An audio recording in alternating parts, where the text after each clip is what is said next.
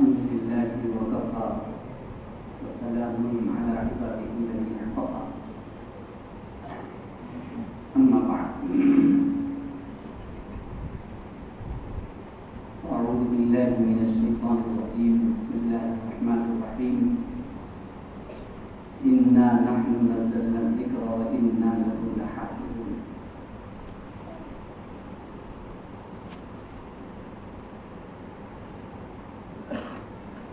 محترم حضرات، معزز سامعین کرام، حاضرین جلسہ، عزیز طلبہ،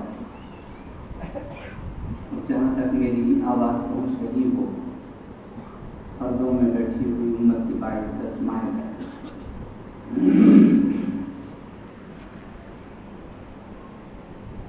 اللہ تبارک و تعالیٰ نے اس وقت ہم لوگوں کو اس جگہ پر بٹھالا ہے جس کو بیت اللہ کہا جاتا ہے، اللہ کا گھر۔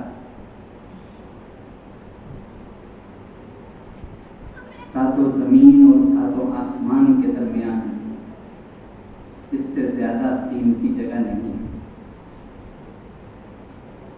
ایک شخص چاند پر بیٹھ جائے اور ایک شخص مسجد میں بیٹھ جائے، اور اگر ایمان والے سے سوال کیا جائے کہ دونوں میں بلند مرتبے والا کون، ایمان والا قسم کھا کر کے کہہ سکتا ہے کہ چاند پر بیٹھنے والے سے زیادہ افضل مسجد میں بیٹھنے والا۔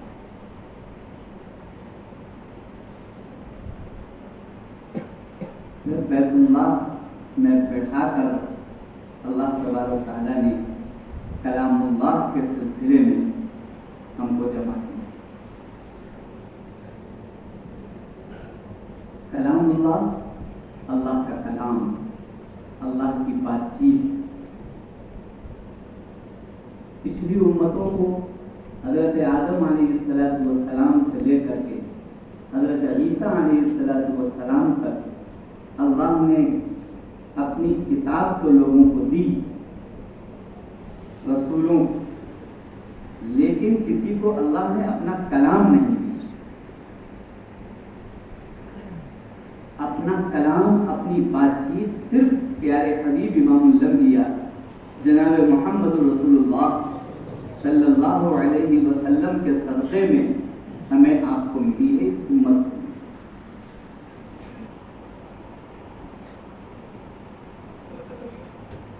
کتاب کے اندر تبدیلی ممکن ہے لیکن اللہ میں تبدیلی ممکن نہیں، اس لیے پچھلی کتابوں کے اندر تبدیلی ہو گئی، لوگوں نے بدل ڈالا،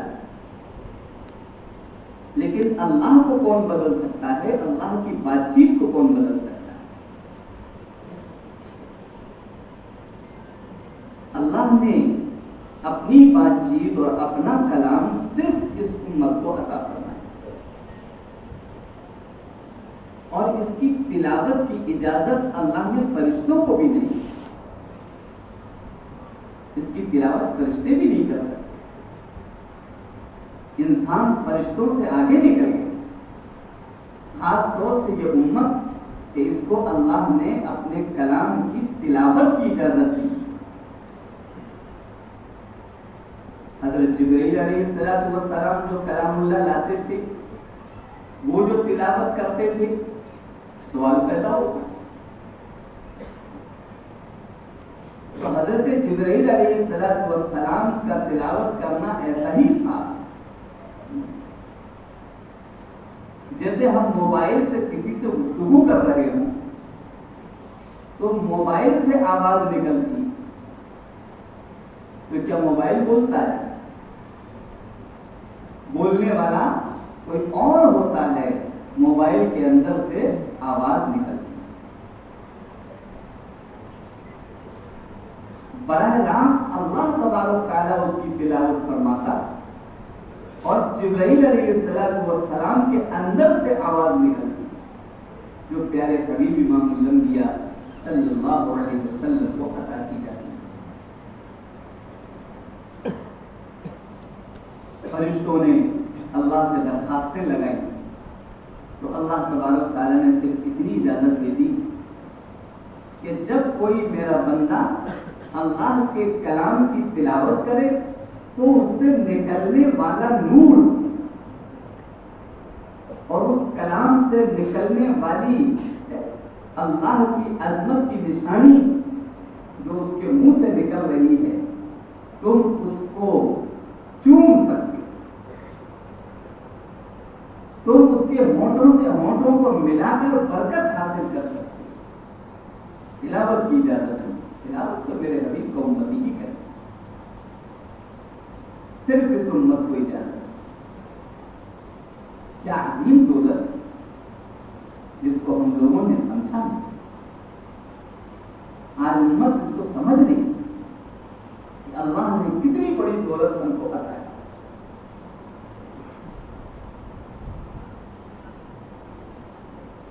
اس نسبت میں ہمیں اور آپ کو اللہ تبارک و تعالیٰ اپنا قرب عطا کرنا چاہتے ہیں۔ مثال کے طور پر ایک شخص مٹھائی کی دکان پر جاتا ہے اور جا کر کے پوچھتا ہے کہ مٹھائی کتنے روپے کلو؟ مٹھائی والا کہتا ہے 500 روپے کلو۔ وہ کہتا ہے 1 کلو دے دو۔ تو مٹھائی والا کیا کرتا ہے؟ پہلے 2 روپے کا ڈبہ اٹھا کر کے ترازو پر رکھ دیتا ہے۔ تو کوئی شخص کہے کہ بھائی ہم نے آپ سے مٹھائی کا بھاؤ پوچھا تھا، مٹھائی کی قیمت پوچھی تھی 500 روپے کلو، ہم مٹھائی لینا چاہتے ہیں، یہ ڈبہ تو ہم دوسری دکان سے 2 روپے کا اپنے آپ لے لیں، اس کو 500 روپے میں کیوں تول لے؟ اس کو ہٹاؤ۔ تو مٹھائی والا کیا کہے؟ اس وقت تو آپ کو اس ڈبے کو بھی 500 روپے کلو میں نہیں خریدنا پڑے۔ کیوں؟ اس لیے کہ اس نے اپنا تعلق مٹھائی سے قائم کر لیا۔ جتنے روپے کلو کی مٹھائی آپ کو خریدنی پڑے گی اتنے ہی روپے کلو میں یہ 2 روپے کا ڈبہ بھی خریدنا پڑے گا۔ اب اس کی قیمت 2 روپے نہیں، اب تو 500 روپے کلو میں ڈبہ بھی بیچا جائے اور ہر شخص خریدتا ہے، کوئی اس پر اعتراض نہیں کرتا۔ جب تک اس میں مٹھائی کا 1 پیس بھی رکھا رہے گا وہ ڈبہ حفاظت سے فریج میں عزت کی جگہ پر رکھا جائے گا، اور جس وقت آخری پیس اس سے الگ ہو جائے گا پھر وہ ڈبہ ڈسٹ بن میں ڈالا جائے گا۔ اب اس کی قدر قیمت ختم ہو گئی۔ صبح لایا تھا 500 روپے کلو خرید کر کے یہ ڈبہ، اور شام کو ٹوکری میں اور کوڑے میں اور ڈسٹ بن میں ڈالنا ہے، کیا بات؟ اس سے تعلق ختم ہو گیا۔ اب نہیں، اب تو اس کی جگہ ڈسٹ بن ہے۔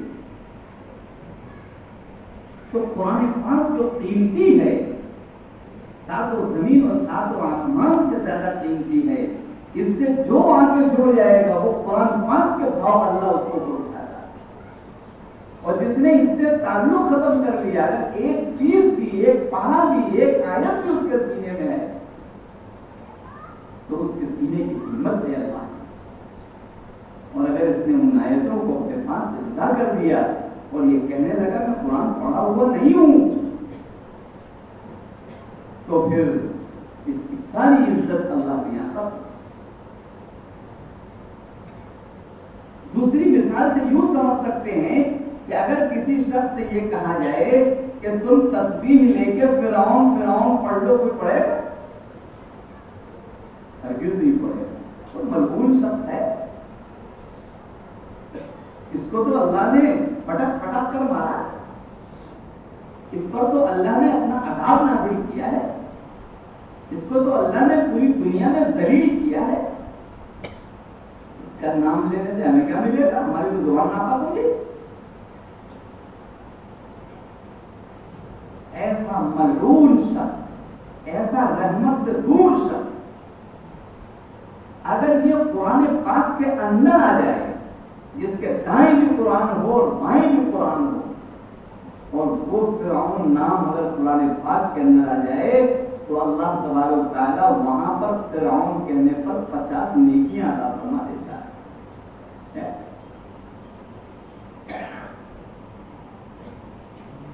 اذهب الى فرعون انه طغى.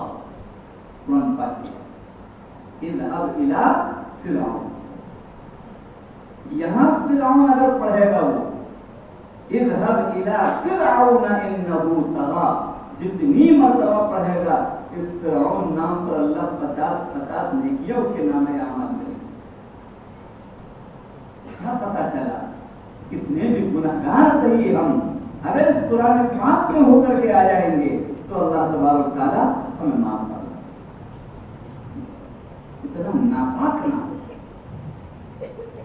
شیطان کتنا ناپاک نام.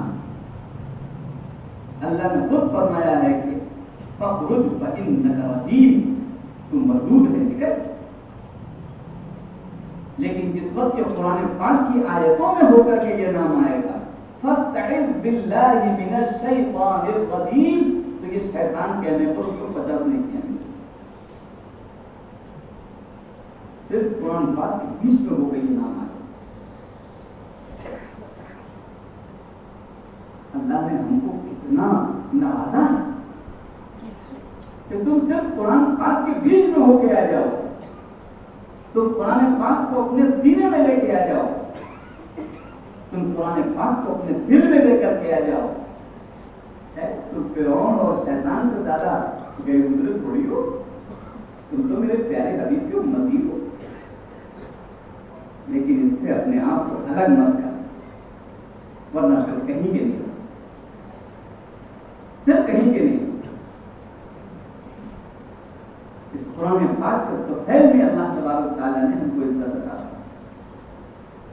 اللہ نے اس کی حفاظت کا اعلان جو کیا ہے قرآن پاک میں، اِنَّا نَحْنُ نَزَّلْنَا الذِّكْرَ، ہم اس کی حفاظت کریں گے. وَإِنَّا لَهُ لَحَافِظُونَ، اس کی حفاظت کا جو وعدہ اللہ تبارک تعالیٰ نے کیا ہے، اس کا مطلب یہ ہے کہ جو اس قرآن پاک کو اپنے پاس لے لے گا، اپنے دل میں لے لے گا، جیسے ہم روپیوں کی حفاظت کرنا چاہتے ہیں تو جس تجوری میں روپیہ رکھتے ہیں اس تجوری کی حفاظت کریں. جس بکس میں یہ روپیہ رکھتے ہیں اس بکس کی بھی حفاظت کریں. جس الماری میں لا کے روپیہ رکھتے ہیں اس الماری کی بھی حفاظت کریں.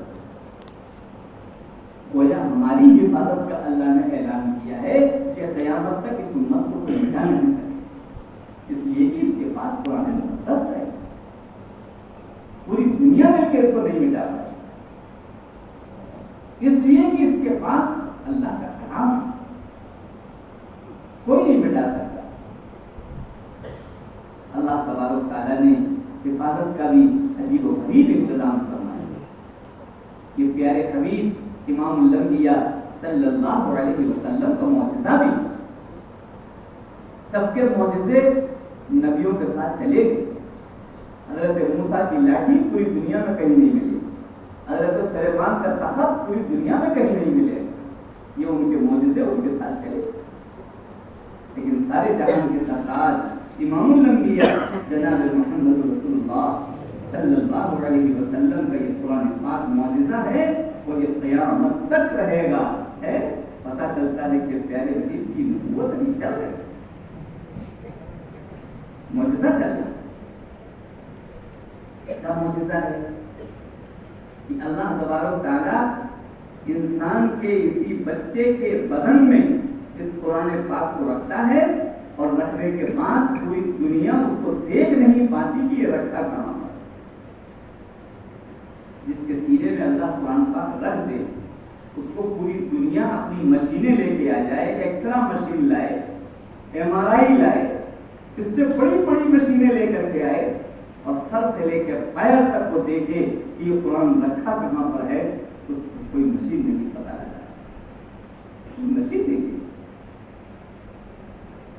جیسے تم اللہ کو نہیں دیکھ سکتے ایسے ان آیات کو اللہ نے کہاں رکھا ہے تم نہیں دیکھ سکتے. ساری مشینیں مل کر نہیں دیکھ سکتے. یہ معجزہ ہے، یہ اللہ تبارک تعالیٰ کی کرشمے قدرت. یہ اللہ ہی رکھنے والا ہے، اسے کوئی اپنے آپ نہیں رکھ سکتا. کسی کی قبضہ و قدرت میں نہیں ہے کہ یہ سینہ میں قرآن پاک لے کر ہے. اکیلا اللہ اس کو رکھتا ہے. اللہ نے اپنی طرف منسوخ کیا ہے، ہم حفاظت کرتے ہیں، کوئی دوسرا نہیں. ہم سے تو کہا تھوڑی کوشش